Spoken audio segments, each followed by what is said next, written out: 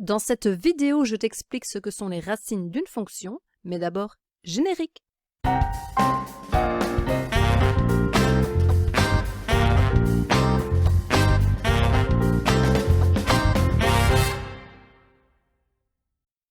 Observons ce graphique.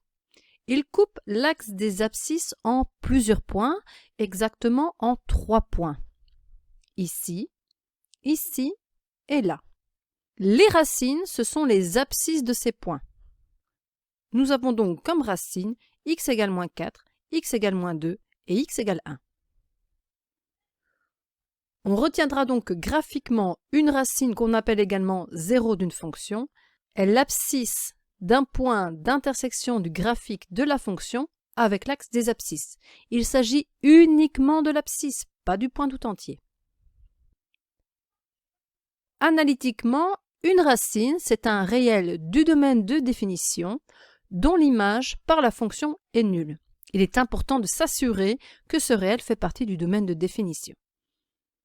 Analytiquement, on est donc amené à résoudre l'équation f de x égale 0 et à s'assurer que x appartient au domaine de la fonction. Par exemple, calculons les racines de la fonction f de x égale 6x plus 9 sur x cube moins 1. Puisqu'on cherche les racines, il faut que la fonction soit égale à 0.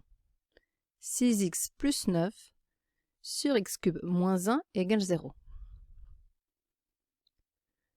Pour qu'une fraction soit nulle, il suffit que son numérateur soit nul.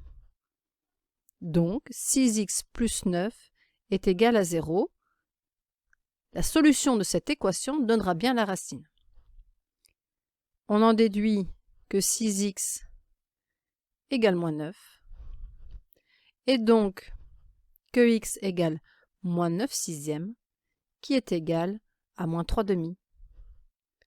Et moins 3 demi fait bien partie du domaine de définition de cette fonction, puisque son domaine c'est tous les réels sauf 1. Donc, la fonction ne possède qu'une seule racine, qui est moins 3 demi. Et c'est le calcul lui-même qui va vous indiquer, qui va vous donner d'office le bon nombre de racines.